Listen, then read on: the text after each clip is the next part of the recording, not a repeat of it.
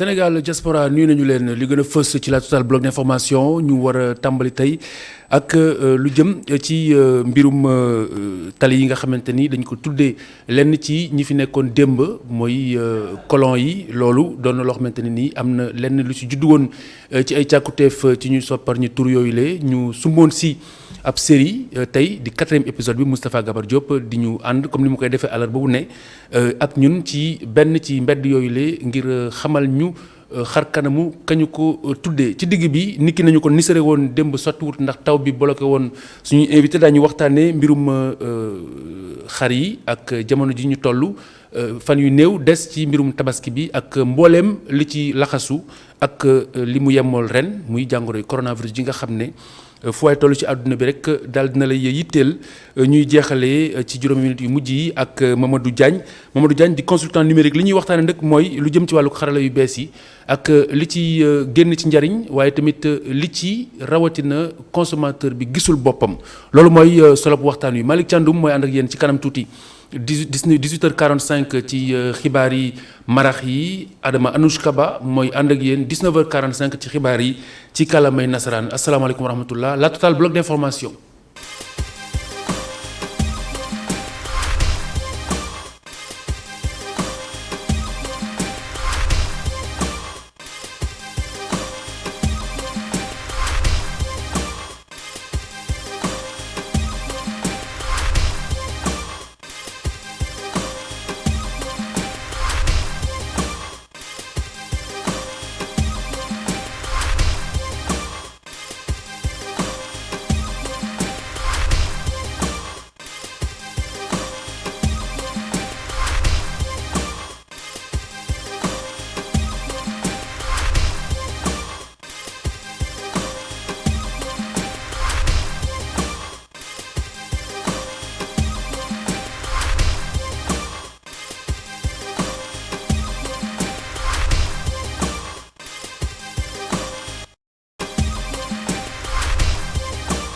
mbooleem daral wala bërëb yi ñuy jaayee ay xar ci ndakaaru la ba joowoon na démb rawatina biig li ko waral mooy taw bi leen bitt ci seeni bërëb yu jaayukaay jaxasoo bi amoon na waaye tamit am na sax njeexital ci mala yi nga xamante ñoo fa nekk di kuy yi dañu si dikk léegi ak Aïssata Diack ma leen nemmeeku ji woon waaye lu ko jiitu rek nit ki nañu ko daan defee ñu ànd ak yéen ak professeur El Hadj Songe Diouf ci il nous inspire ci jaar-jaar yi kenn ci doomi réew mi ñu ràññi woon ko lool ci wàllug tàggat yaram rawatina waaye doon yëngu ci yeneen i wàll yoo xamante ne ni mënees na see jàng ci ay jaar-jaaram muy Mawade Wade doomu Ndar ba.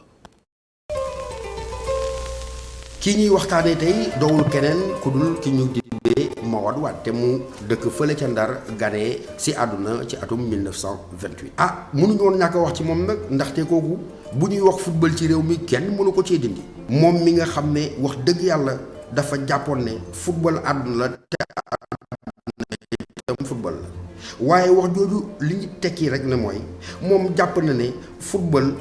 boo ko seetloo ba seetlu ko dowul leneen lu dul jeexitalam mooy askan wa na mu nekkee askan wa la mu doon askan wa li nga xam ne moom la meññ ci ay ngëneel dafa war a feeñ ci jongante boobu donte fo la ñu tuddee ko football.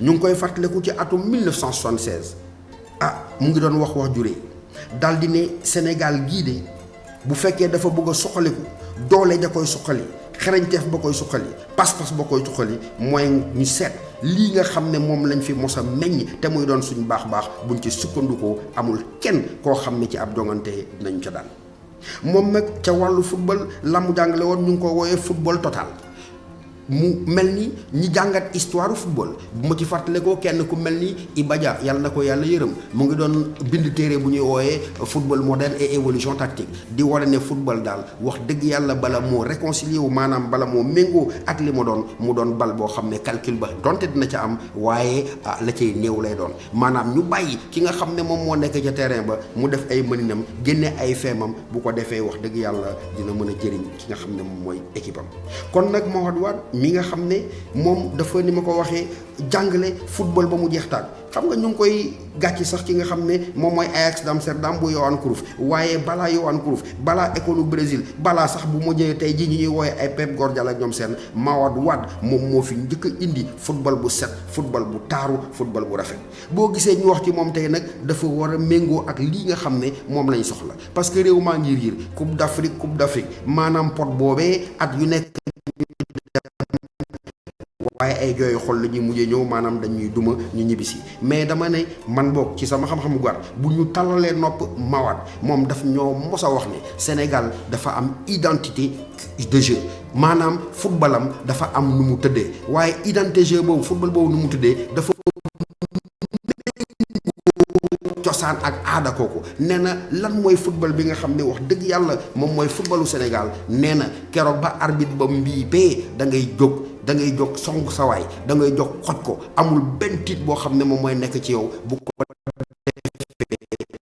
nee na nga xam ne footballeur sénégalais moom jàpp na ne c'est quelqu'un boo xam ne il est né pour l'offensive maanaam footballeur sénégalais du dooleem lañ ko war a ràññee waaye xam-xamam intelligence am créativité am nee na loolu lañ ko war a xam ne ba tey ñu ne football boobu Mawade Wade moo ko wax ci nasaraan mu ne c'est de courte passe mais surtout des dribbles waaye bu ne courte passe maanaam ngeen di joxante bal bi ci espace bu gàtt nee na dribble mu ne waaye lan laa tuddee man Mawade Wade dribble nee na football daal benn la contrôle passe dribble ba nga xam ne nag moo gën a sotti mooy dribble bi nga xam ne da ngaa passe bal bi ci anam ya nga ko war a passé ci diir ba nga ko war a passé kooko dafay dugali ma yaakaar nag dañ ko war a talal nopp rawatina ci nga xam ne moom dégg suñu équipe nationale mu tudd Aliou Cissé ku nekk xamoon na ne ci wàllu xereñteef maanaam ci li ñuy wax ci nasaraan technique moom yàlla mayu ko ci woon lu bari boo daf ñu doon indil jafe-jafe parce que ñu ngi ko tegoon ca défense ba moo war moo ki nga xam ne mooy Bruno Metsu déy ko ci nopp bi ne boo gisee ngay encaissé yu bit yu bari ci tudd Aliou Cissé nga def foofu du place am agressivité mbe xereñteefam bi ay coup franc la lay indil donc koy repositionné teg ko ci milieu de terrain bi bu ko defee bu fekkee moom am na agressivité waaye mënta yéegal bal nga gàll ko koo xam ne moom bu tàkkalee bu bal bi jëlee keneen dina ko mën a jël yóbbu ko ca kaw kon dama yaakaar ne kooku dañ koo war a déglu te buñ ko dégloo li nga xam ne mooy suñu mébét yépp muy Coupe d'Afrique wax dëgg yàlla mën nañ sa am yaakaar wasalaam.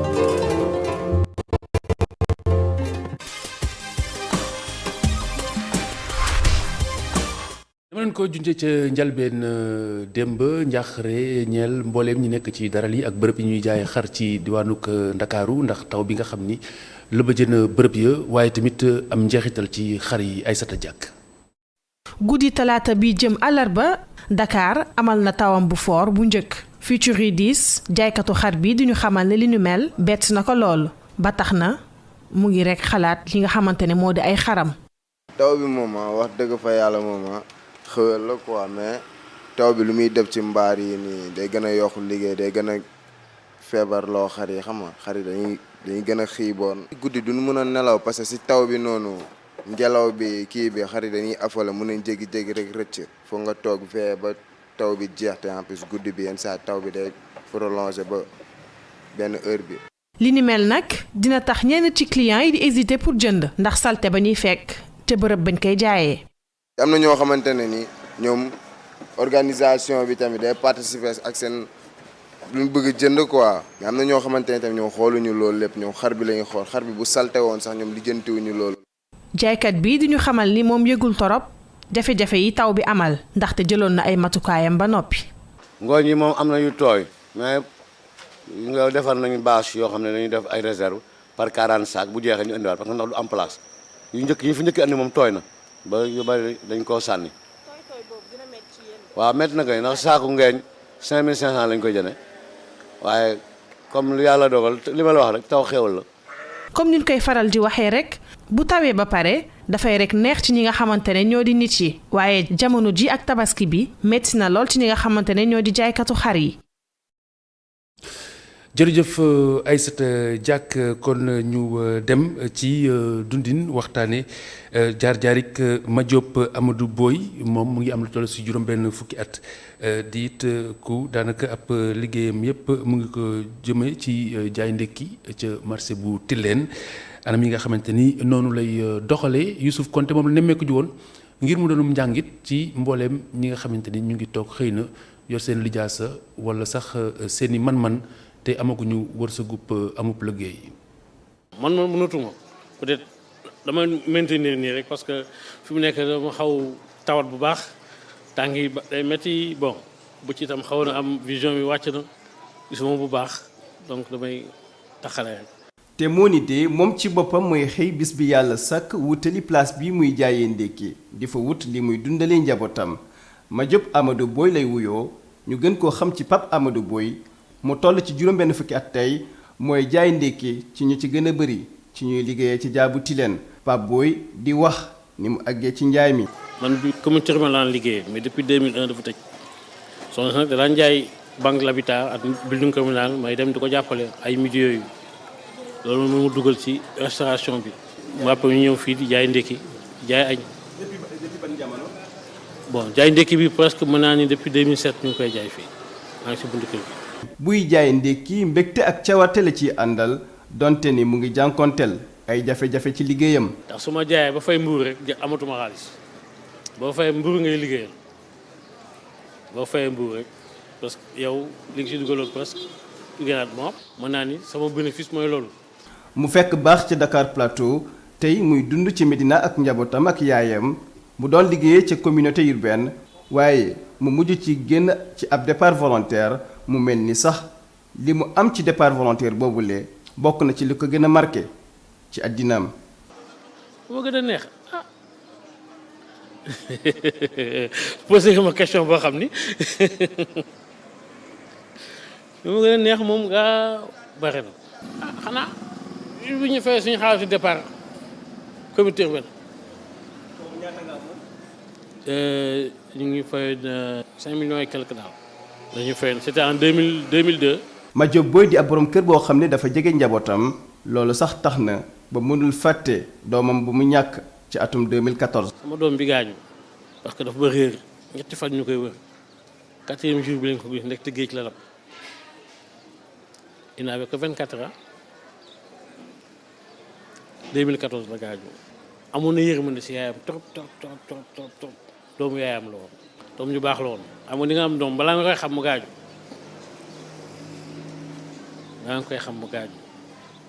man mii tax xaw ma ko woon mais bi ma gaañoo lañu xam mooy kan.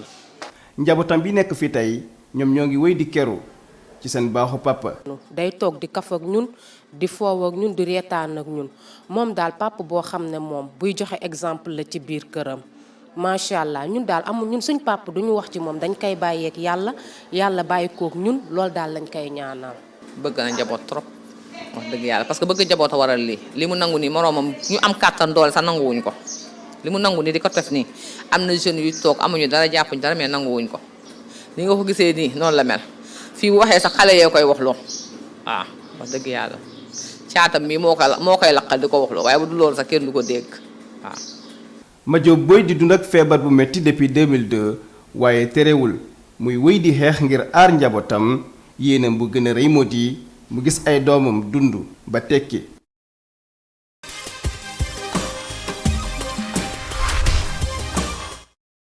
jërëjëf mbokk yi ci ceetaan gi ñu wéy ci la Total bloc d'information dalal suñuy invité Dame Sow directeur de l'élevage Moussa Gueye bu Ascosen ñuy waxtaanee mbirum xar yeeg tabaski bi ñu dëkkmal imaam yi jàpp ko ci aljuma fanweeri fan ak benn ci weeru juillet asalaamaaleykum Gueye nuyu naa leen Sow.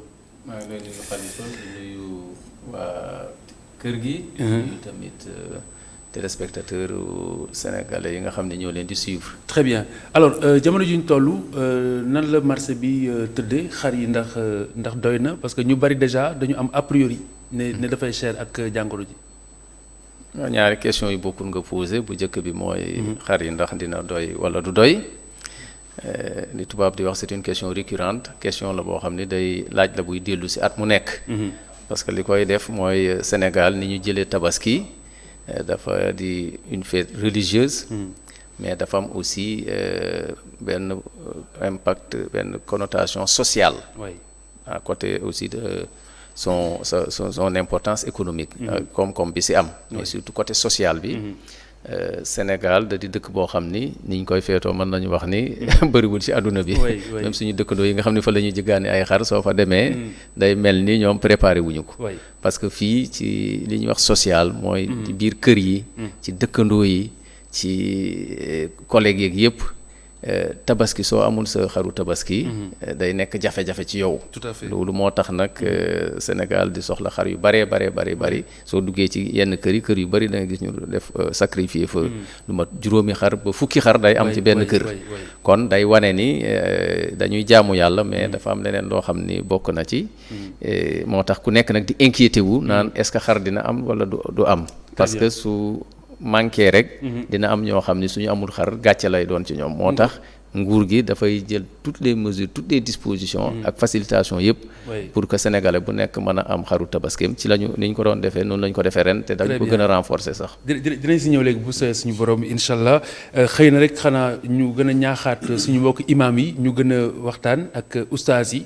ak oustaz Taïb Socé mu nga comme agsi na si si fi nga xamante ni jógee fi ñëw agsi na fii di ITV di groupe E-Media .sn ak E-Media Invest ak iRadio ñu koy dalal jàmm te di ko ñaanal te tamit niki noonu di ko wax ne te ma ngi noonu il faut ñu gën a ñaax doomu aadama yi ci solop tabaski ak lépp loo xamante ne nii jëm na ci possibilités yi parce que tabaski su ma jumul ba ñetti fan mën ngaa tabaskee xar mu jigéen mën ngaa tabaskee bëy mën ngaa tabaskee nag mën ngaa tabaskee gëléem loolu lépp il faut ñu koy fàttali pour ñu bari bañ ko def poids social comme ni nga ko waxee léegi. alors Moussa Gueye ñi nga xamante ne ñooy askan wi rawatina ñi sant Sylla ak ñi sant Cissé ñu si bari bu ñuy jooytu si yéen la ñuy jooytu ren yan xeetu doléance ngeen jot ci wàllu tabaski bi ci wàllu xar yi ak njëg gi. d'accord donc jërëjëf Khalifa ci invitation bi d'abord. ñu ngi lay nuyu bu baax di la remercier. ñoo ko bokk di remercier le directeur de l'élevage monsieur Dame Sow. di nuyu président ASCOSEN national di nuyu tous les membres de l'association des consommateurs du Sénégal. donc di wax ne jërëjëf ci question bi vraiment am na solo parce que tabaski comme ni mu ko waxee léegi dafa am solo ci fii ci Sénégal. parce que ni ñu koy màggalee bokkul ak benn dëkk ni ñu koy màggalee. donc looloo tax fi mu ne nii ñun consommateur lépp loo xam ne mooy suñu doléance ñu koy jot rek pratiquement ci jamono bi ñuy toll mooy nañ def le tout ba gouvernement bi dimbali ñun consommateur xar yi mate Sénégal. ñun loolu rek mooy suñu bëgg-bëgg. bu ko defee bu matee tamit ñu fexe ba vraiment kenn ku ci nekk. la nga yor ak na mu toll nga mën cee am xar. très bien doléances yooyu vraiment la ñuy jot présentement. di xool ak fi jamono bi toll. muy jamonoy Covid-19. nga xam ne jamono dafa metti ci consommateur yëpp. parce que kenn ku ci nekk peut-être que li nga doon am. ak fa nga ko doon jëlee mën naa am sa secteur impacté wu na ba na nga ko doon ameetoo ko noonu. très bien donc de ce fait day nekk loo xam ne aspect social bi day daal di dugg. pour que vraiment ñu fexe ba lépp jàppandal pour que tout un chacun mën a am xaram pour mën a tabaski si jàmm ak salaam. li nga xam ne am na solo te dafay repointé waat laaj bi ma njëkkoon a laaj. sànq directeur jot na nag nga jox ñu ay chiffres. wax ak ñun ci maanaam lu jëm ci wàllug demande bi offre bi ak it maanaam fourchette yi ak matukaay yi nga xamante ne nguur gi jël na ko si concrètement. question yu bëri nga laajte à la fois. d'abord chiffres yi. chiffres yi statistique moom dafa xaw a jafe. mën ngay lim mais di jàngalekat di wax. chiffre boo joxe rek lim boo joxe am na lu nekk ci ginnaaw loo xam ni lu yaatu la. te ki koy dégg du xam lu ne ci ginnaaw. mais ci gàttal rek mën nañ la wax ni ren dañu estimer ci bëgg-bëgg ci marché yi parce que am na ñu bëri ñoo xam dañuy yar seen xar ñi jënd nañ seen xar bu yàgg. ni ñu estimer ci marché yi ci besoin 810 000 xar la. muy juróom-ñetti téeméeri junni. ak fukki junni xar. ci biir loo lim boobu Dakar ci boppam nga xam ni presque un tiers ñetteelu population Sénégal fi la nekk 260 000 xar la ñu estimé ay besoin am. mooy ñaar téeméeri junni ak juróom-benn fukk. junni xar ci Dakar. léegi nag commencé nañ def lim yi parce que da ngay xayma li nga xam ni moo ne ci marché yi. di xayma tamit li nga xam ni mooy jóge bitim réew di dugg ci biir Sénégal parce que Sénégal ba léegi li ñuy wax autosuffisance. ci xaru tabaski des na. parce que su tabaski ñëwee day fekk feet yu bëri jàll. ngénte yi jàll. cérémonie religieuse yi jàll mooy màggal yi. mooy gàmmu yi ngénte yi xanaa day. waaw mais du si bëri day xam nga ñun dès le lendemain de la tabaski rek day commencé waat. donc diggante boobu. ci suñu estimation yi njëkkoon a def lu mat 600 000 ay kuy dañ ko kii parce que loolu it ci jaamu la bokk. dëgg la su ko defee su tabaski bi ñëwee nag. suñu mbokk yi sant Thiandoum ak yooyu nag ni léegi ana xar yi. ñoom Malick de jàmmi poos la ñaan. te jàmmi donc poos dara daral ba. donc loolu mooy tax. dinañu mobiliser offre nationale bi. mais tamit am luy jóge Mauritanie Mali ak yeneen réew tuuti comme Burkina Faso. mais la vraie question mooy est-ce que doomu aadama dinañ am njëg gi est-ce que dinañ mën a dem jëndi xar selon seen tolluwaay tenant compte de impact bi nga xamante ni kenn umpalew ko ci secteur yëpp nag ci réew mi. waaw en temps normal xam nga économistes yi ñi nga xam ne ñooy jàng koom dañuy wax ni marché. ak lu mu manti doon ci àdduna li ñuy wax loi de l'offre et de la demande mooy. ñi nga xam ne dañuy bëgg a jënd way jëfandiku lan lañu soxla ak ñi nga xam ne dañuy jaay lan la ñu indi fekkee li nga xam ne dañ ko indi moo gën a bari li ñu soxla prix bi day wàcc day yem fa mu war a yem fekkee li nga xam ne moom la ñu indi moo gën a néew li nga xam ne moom la ñu soxla prix bi day yéeg day am spéculation loolu ci fépp nga koy gis moo tax gouvernement Sénégal kilifa réew mi jox ndigal ministre yëpp. wax suñu ministre de l'élevage et des productions animales. na coordonner activité boobu pour que ñu indi facilitation yëpp. moom sax daaw ak ren yëpp mu signé. kilifa réew mi lettre circulaire. pour ñu yombal approvisionnement marché ci xar. muy ci biir réew mi ak ñuy jóge bitim réew. loolu nag dafay teggi ay taxes. teggi ak yeneen. fexe tamit ci à l'intérieur ci ñun ci suñu réunion ñuy def. ñu liggéey ak ministère transport notamment direction transport routier. ak transporteurs yi ak opérateurs yi. pour ñu def li ñuy wax les tarifs conseillés. parce que dañu seetlu ni su tabaski taxawee spéculation yu bëri day am. ci fépp et côté yëpp. loolu moo tax tarif conseillés yooyu bi ñu ko commencé def ba léegi. indi na ak tan aussi ci dépense parce que lépp loo xam ne rek kiy jënd xar da koy jaay lu mu dépensé da koy teg ci comme xar mi. très bien moo tax ñu oyofal yooyu yëpp. ba nga xam ne nii léegi liy des nag mooy li mu xar yi. te ñu ngi yaakaar comme 2017. xar yi dafa bari woon ba des lu bari 2018 dafa bari woon ba des lu bari. daaw 2019 dafa yemba mbaay. ñu ngi yaakaar nag ni ren. lim bi dina gën a yokk. parce que li ñu seetlu fi mu toll nii mooy ci marché yi ci biir réew mi ak marché Dakar.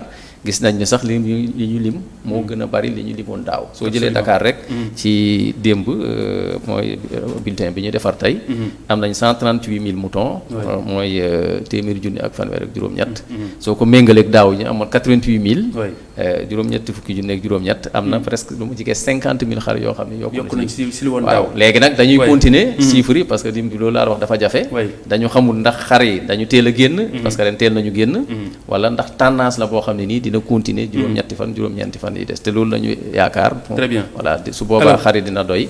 ba njëg yi dina mën a wàcc. parce que njëg yi fi mu toll nii. at yi di ñu seetlu lépp mooy su tabaski soree tuuti ginnaaw nit ñi jëndaguñu. dañu ñëw di xool di dem rek. di tàpp di wër. jaaykat yi tamit xam nañu voilà ñoom tamit dañuy joxe ay prix yoo xam ni prix yu kowe la mais suñ demee ba xar yi ñëw bari jëndkat yi mbóor de di léegi parce que 48 dernières heures yi la Dakar waaye di jënd xar parce que amul fu ñu ko def su boobaa nag foofu la waxaale bi ak jënd bi di gën a kii di gën a am kii am solo su ko defee prix yi day wàcc. d'accord alors Moussa directeur léegi Dame Sow wax na lu am solo muy prix conseillé parce que prix conseillé mooy njëg yi nga xam ni moom la nguur gi wax ne daal day gën ñu jaayee leen loolu dafa am fu mu wéeru maanaam dafa am ay juuti yu ñu waroon a fay ñu teggil leen ko est-ce que sur le marché yu mel noonu dina am contrôle bi ci war est-ce que dinañ wàccoog moom ni ki na mu waree.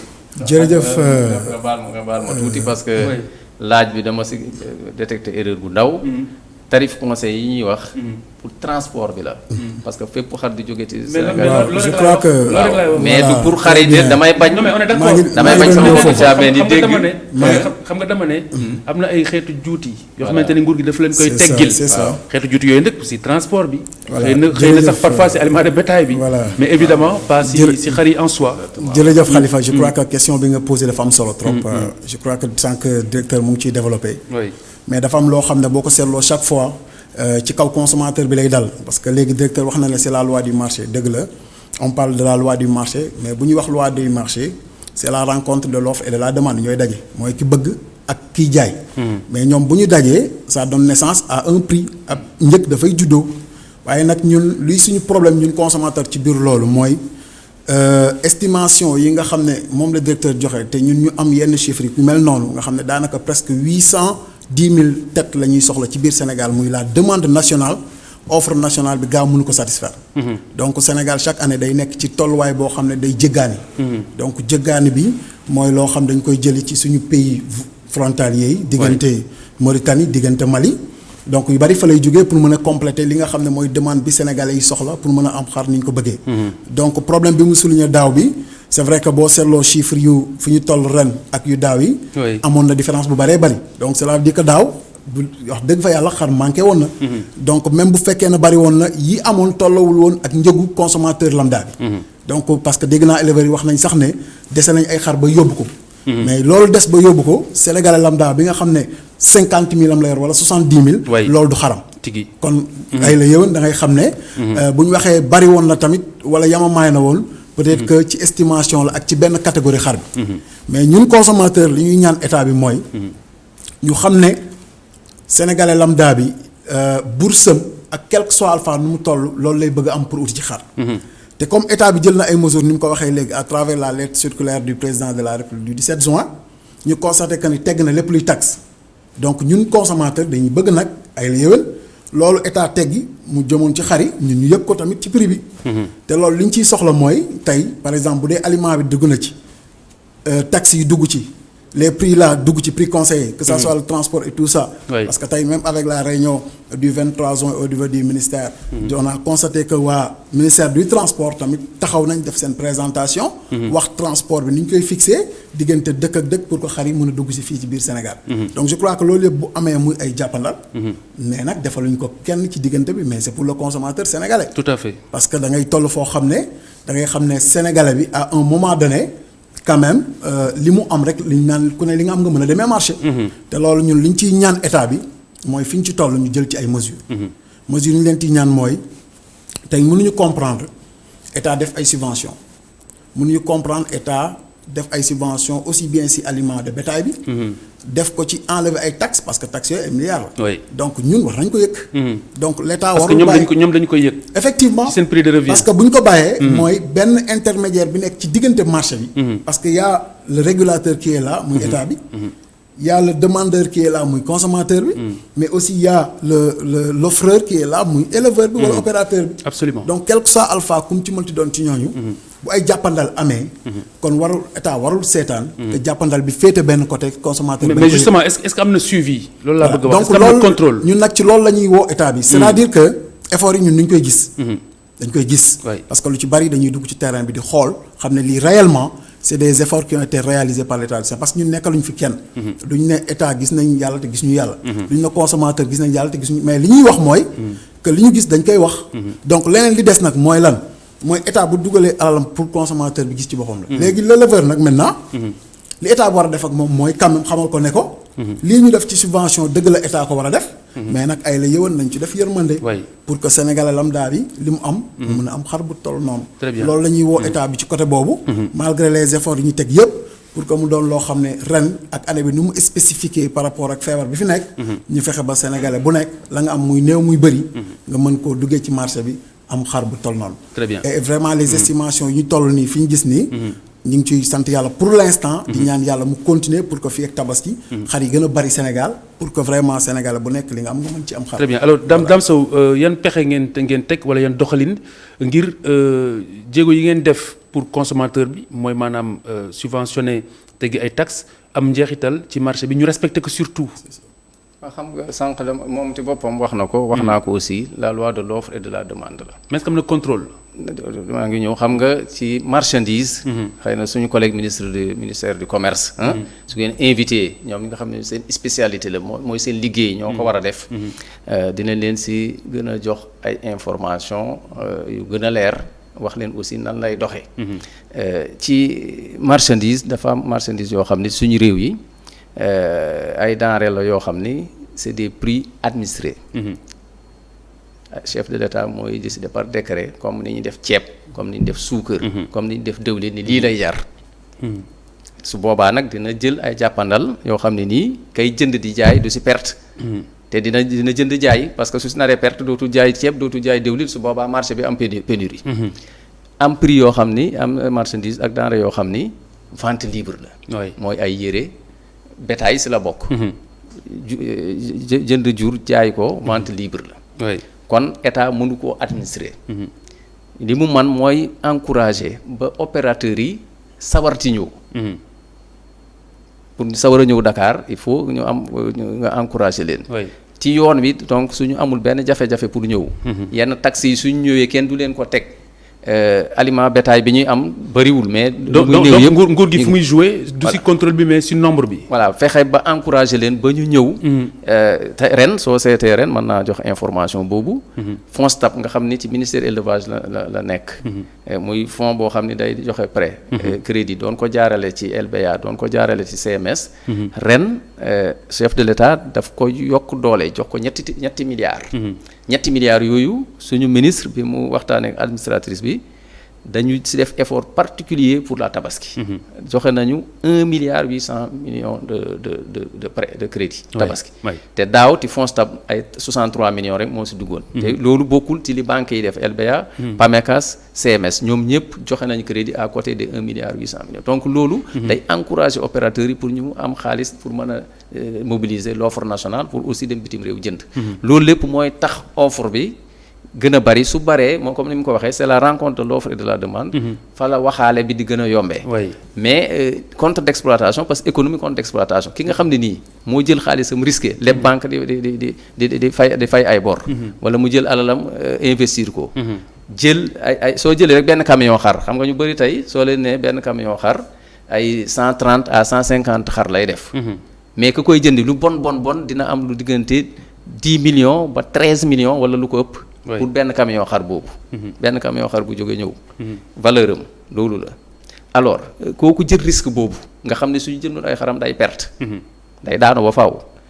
kooku tamit compte d'exploitation da koy jël en compte. lan la investir. su ko defee client bi poche am aussi lay seet. xëy na foofu la problème bi nekk. tudd nga fi Covid ak yëpp. mais je pense que Covid bi am na mais nag. am na période boo xam ne activité économique yi amoon na ralenti mais activité yi relancé wu na. depuis un mois. tout à fait avance tabaski ñi nga xam ne dañu am avance tabaski jot nañ seen avance tabaski mois bi passé. j'espère que sama mbokk yi sant ci am kii ñu ko ci diggante bi. mais jotoon nañ avance tabaski wax dëgg yàlla loolu luñ si yokk dinañ mën a am xar parce que dañuy estimer chaque jour. prix yi ci marché yi muy marché luuma yi. muy marché quotidien yi ne ci biir Sénégal. ak marché Dakar. tous les jours dañuy def fourchette de prix yi. ba léegi nii li ñu xam te at yi yëpp moom moo am ku am diggante fukki junni. ba fukki junni ak juróom-ñett wala ñaar fukki junni di nga am xar boo xam ne mën nga see tabas fekkee tabas rek nga bëgg wane woo dara. maintenant fekkee ku am xaru 1 million. xalifa nag su gisee xar mu rafet ci biir Dakar yooyu ñuy wane foofu ñun ko 500 000 xar yooyu man su ma ko amoon personnellement du ma ko rey ma koy denc rek di ko xool. voilà loolu day am. xam nga am na prix yooyu te tabaski. am na lu si ëpp prix xar mi du méngoo ak valeur u xar mi dëggantaan. mais nag xar bu juddoo Dakar. ñu yare ko Dakar di ko dundal ci poche. chaque jour 300 400 500 francs. soo ko seetee ci 1 an wala 1 an et demi. day am valeur day am investissement boo xam ne nii yow soo xoolee xar mi poids am da nga naan jëru ko mais fekk na nit ki dépensé na si loolu. kon waxtaan wi ci loolu la ñu war a continuer nan la ñuy def. ba xar yi bari nan la ñuy def ba système d'exploitation yi mën a génne xar yoo xam ni. liñ siy dépensé du bari. nan la ñuy fexe aussi ba tabaski bi suñ ko gënee organiser.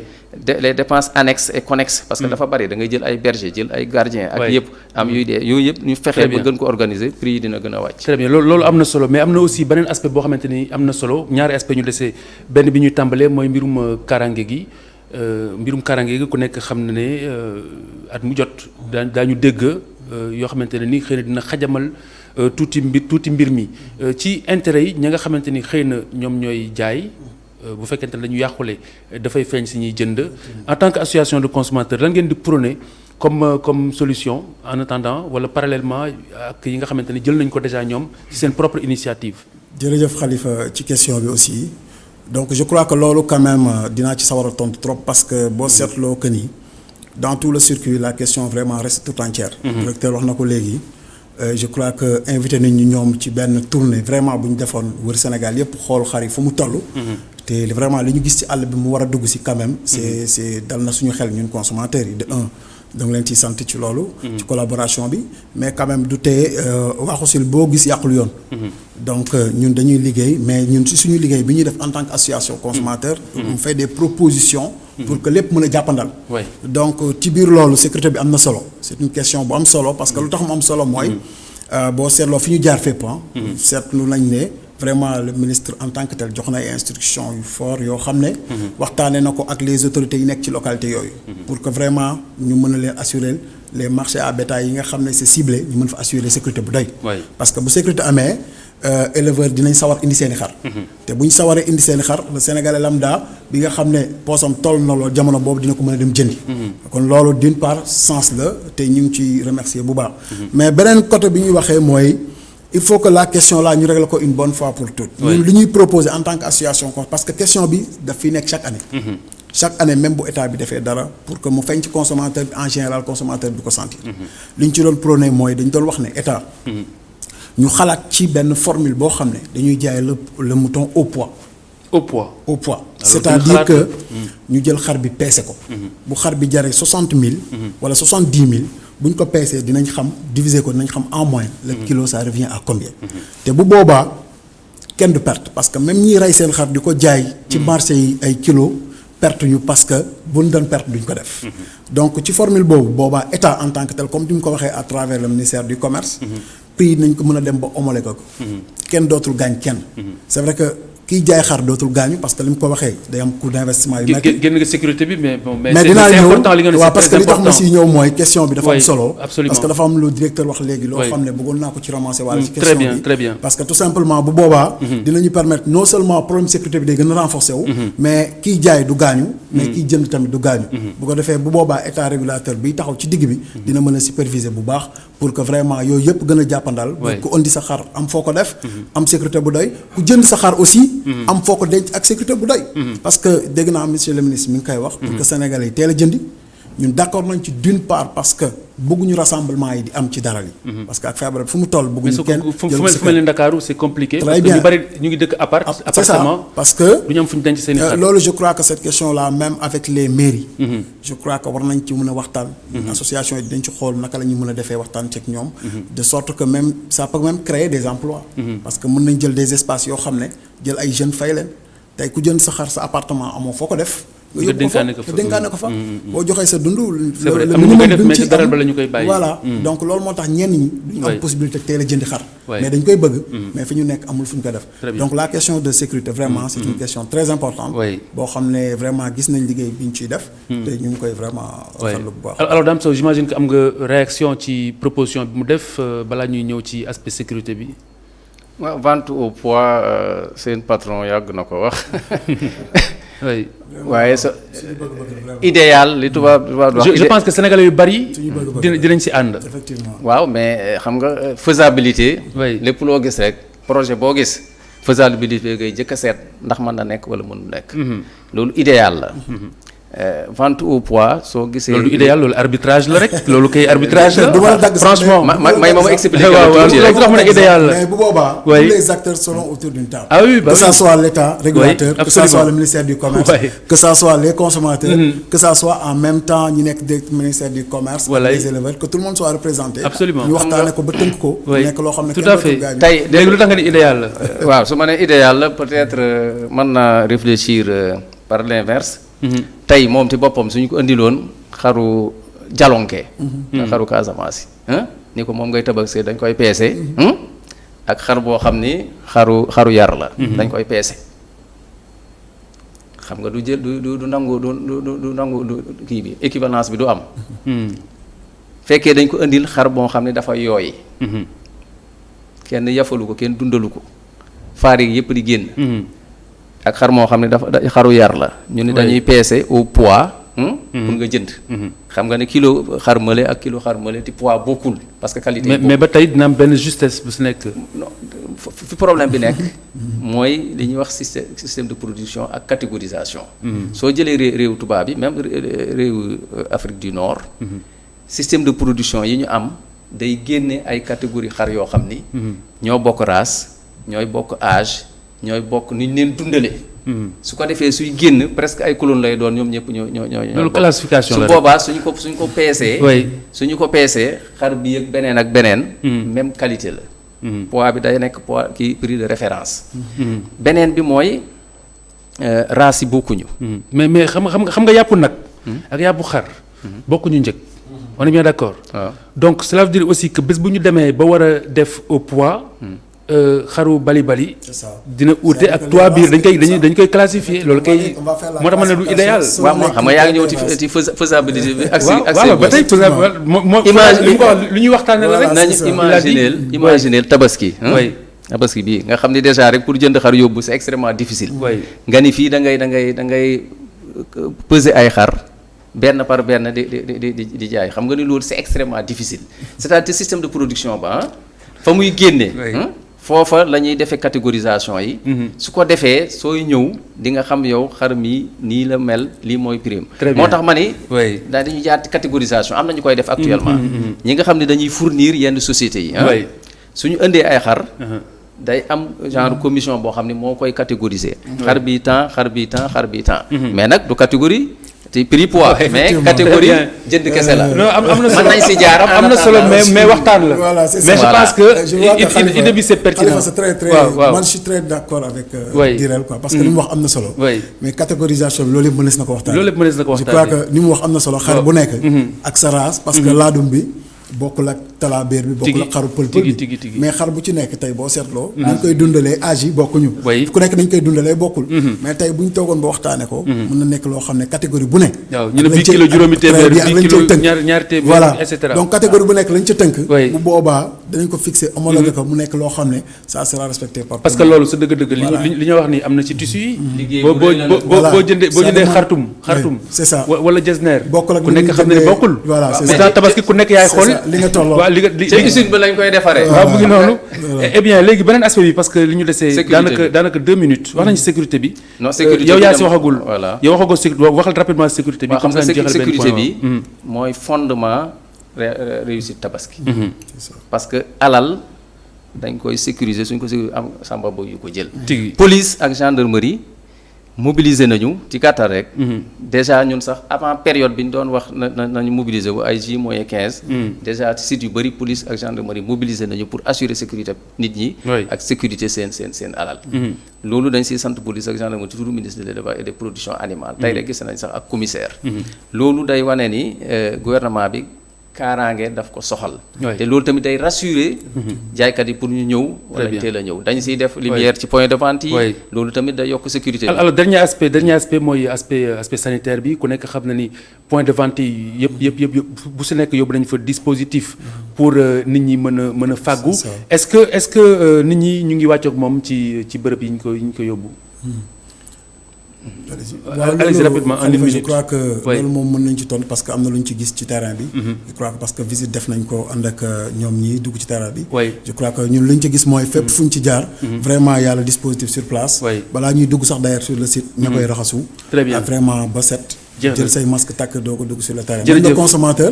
day bàyyi xel boppam. loolu tax ñu ngi woo consommateur yëpp. très bien jërëjëf Moussa Gueye bu ASCOSEN ak Dame Sow directeur de l'élevage. Le dossier du jour, comme tous les mercredis, nous poursuivons notre série de reportages sur les noms des rues avec cette deuxième partie de notre entrevue avec l'historien Ndiouga Benga. Aujourd'hui, il se penche sur le maintien de ces noms, plusieurs décennies après l'accession du Sénégal à la souveraineté internationale. Pourquoi Moustapha Gabar Diop? 60 ans après notre indépendance, les rues de notre capitale continuent de porter les noms de colons et autres figures de l'impérialisme. Pour l'historien Ndiouga Benga, la débaptisation de ces rues a été ralentie par l'inaction des autorités. Oui, mais il faut que la question elle est ouverte. Il faut savoir qu'il faut qu'on fasse la part des choses entre histoire et mémoire. L'histoire, elle a eu ses qualités, et 60 ans après, les pouvoirs locaux n'ont pas su prendre leurs responsabilités par rapport à cette politique de débaptisation. Maintenant, une fois de plus, je pense, l'histoire est un récit qui est ouvert, qui est pluriel. Il faut, d'une certaine manière, dans ce récit colonial, qui a une charge de violence, de meurtre, restaurer le récit de ceux qui en ont été exclus. Quand vous regardez pourquoi il y a des noms de rues qui renvoient à la politique coloniale, parce qu'une fois de plus, l'historicité, les identités africaines ont toujours été exclues de l'espace urbain. Longtemps exclus des espaces urbains, les Africains doivent aujourd'hui se les approprier. Ce qu'il est important de montrer, c'est que les pouvoirs postcoloniaux n'ont pas attaché du prix à cette réalité de la débaptisation. Parce qu'une fois de plus, au début des années 60, après les indépendances, il y a les grands enjeux: forger la nation, construire un État moderne, impulser le développement. Il y a des politiques urbaines qui sont conduites, qui tournent autour de créer des emplois, créer des infrastructures, des équipements, maîtriser la croissance démographique. Et par conséquent, et surtout, il y a l'inexistence des pouvoirs locaux. Les pouvoirs locaux qui étaient très forts pendant la période coloniale disparaissent après, au début des années 60, puisqu'effectivement, vous avez les élites nationales qui sont d'une certaine manière menacées par ces élites locales. Pour le professeur, le débat ne doit pas s'arrêter à une histoire de couleur de peau. Cette question, elle est très sensible. Il faut qu'elle nous aide à aller de l'avant. Et une fois de plus, il faut aller au-delà de cette question des débaptisations ou non. Ce qui est important, c'est de créer des espaces urbains africains, où les Africains se sentent pleinement dans cette ville, dans les villes où ils seront de plus en plus présents, mais des villes où l'imaginaire africain est présent, où la pratique, où les acteurs dans leur diversité sont pris en compte, et où effectivement la ville n'est pas seulement une affaire de bureaucrates et de politiciens, mais la ville est une affaire des gens ordinaires. Il y a également lieu d'avoir une approche pédagogique pour un débat constructif. Il faut un effort pédagogique à faire, que ce soit la ville, les communes ou l'État central, mais que dans les politiques de débaptisation, que l'on soit à Dakar, que l'on soit à Goudiri, dans l'ARP ou pas, chaque fois qu'on mettra un nom, qu'on nommera une rue, une place, un lieu, un site, que l'on puisse vraiment faire un signalétique, poser un signalétique pour expliquer, non seulement dans la langue française, qui est également notre langue, mais également dans les langues du terroir, en arabe ou dans une autre langue, qui sont ces gens-là. Moustapha Gaba Diop, bonsoir. Bonsoir Khalifa. Alors une seule question et pas des moindres. Pourquoi est-ce que la débaptisation, pour ne pas dire la rebaptisation des rues, n'a pas été une priorité au Sénégal après la colonisation, donc juste à l'accession de l'indépendance? En écoutant le professeur Benga, on a un peu l'impression que ça a été le combat d'une certaine élite, mais que ça n'a pas été diffusé à toute la population, ou bien même que ça ne suscite pas beaucoup d'intérêt au niveau de la population, qu'il y a d'autres priorités. Et que également nos élus, nos autorités étaient plus concentrés sur le plan économique à changer les choses et à quand même aussi asseoir leur pouvoir, ce qui a fait que beaucoup d'élus locaux n'ont pas le pouvoir qu'ils ont. Ils ont plus pensé à leur confort, à leur pouvoir qu'à la communauté. Oui, comme par exemple en France, on peut voir que les maires ont beaucoup plus d'impact et de force et de pouvoir de décision sur ce genre de questions et que ça a été un peu effacé ici au Sénégal. Alors que ce n'est pas du tout le cas aussi dans les pays anglophones, dans les autres pays africains, où on voit beaucoup de monuments, de statues au niveau des ronds-points et de rues qui portent des noms locaux. Très bien, donc je pense que c'est un peu plus clair. Le prochain épisode, c'est mercredi prochain. Et ce serait quelle figure? Ce serait, on n'a pas encore fait Pétavin, André Pétavin. André Pétavin. Donc ce sera André Pétavin. André Pétavin, donc pour mercredi prochain, Inch'Allah. Voici les 5 dernières minutes de ce total. Moustapha Gaba Diop, merci.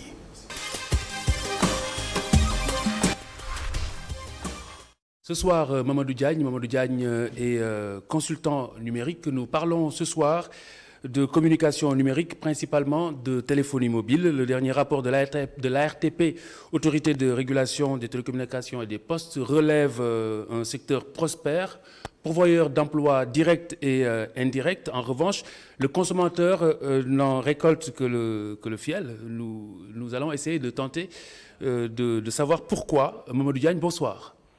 Salam alaikum, monsieur Diakhaté. Maaleykoum assalam. Alors Diagne, d'abord la téléphonie fixe qui est loin donc de l'agonie avec une hausse de plus de 11% du chiffre d'affaires entre 2018 et 2019. Qu'est-ce qui explique ça au moment où pratiquement les domiciles s'en passent globalement pour la plupart du temps de plus en plus? Oui, vous avez raison.